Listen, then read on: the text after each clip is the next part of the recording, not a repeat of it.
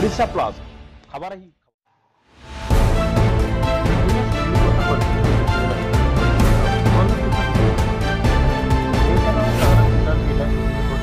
शनिवार पूर्वाह्न 10टा समय जिला स्तरीय तालीम स्तरीय द्वितीय राष्ट्रीय लोक अदालत अनुष्ठित लोक अदालत माध्यम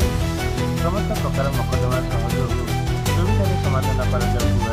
सूचना मिली विभिन्न स्थानू विभिन्न अभियोग नहीं एठार उपस्थित लोक अभियोग सुविचार कर विभिन्न मटर दुर्घटना जनित क्षतिपूर्ण ब्यांक ऋण विद्युत जल जोगान पारिवारिक जमीन ग्रहण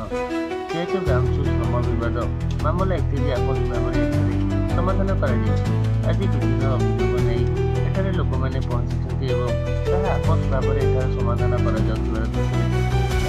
ढेंकानाल बलराम चौक रिपोर्ट।